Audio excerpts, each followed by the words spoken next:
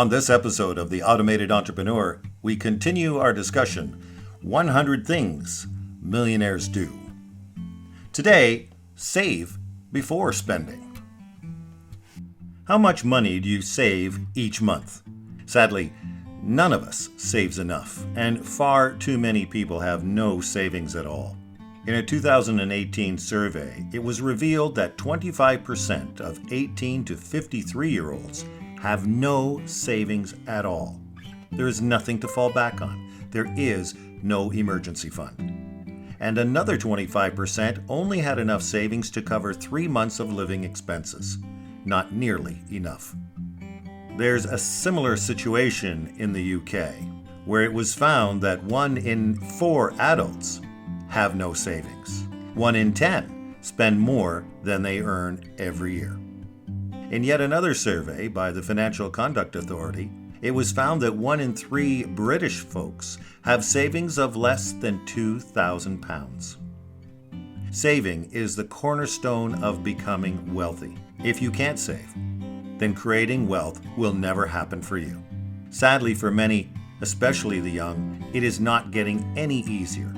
Salaries are flat or declining. Housing and living costs are on the rise, and temptations to spend money are all around us. But here's the good news. You don't have to set aside much each month to make a difference.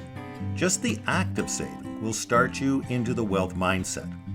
And with the gift of time, those small sums that you put aside early can have a large effect by growing into something significant over time. The takeaway: savings is the cornerstone of becoming wealthy. You need to develop a savings mindset. It's tempting to question the value of savings, especially when it means giving yourself financial hardship now in order to save just a small amount.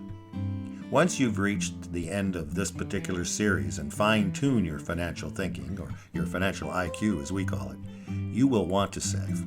When you understand the how, the what, and the why of growing your wealth, you'll get why this is so essential. And as you create your own financial goals, you'll have clear reasons for doing so. Put aside money when you're paid. It's better to start small than not at all. And so you'll want to start now and make it a fixed habit rather than something left to chance at the end of every month.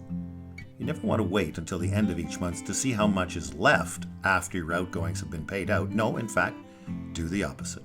Set aside at least 10% of your salary as soon as you're paid.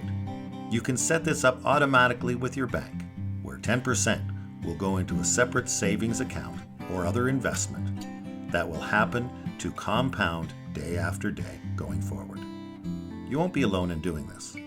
According to the Skipton Building Society, 25% of British people are using this direct debit to automatically transfer some of their salary.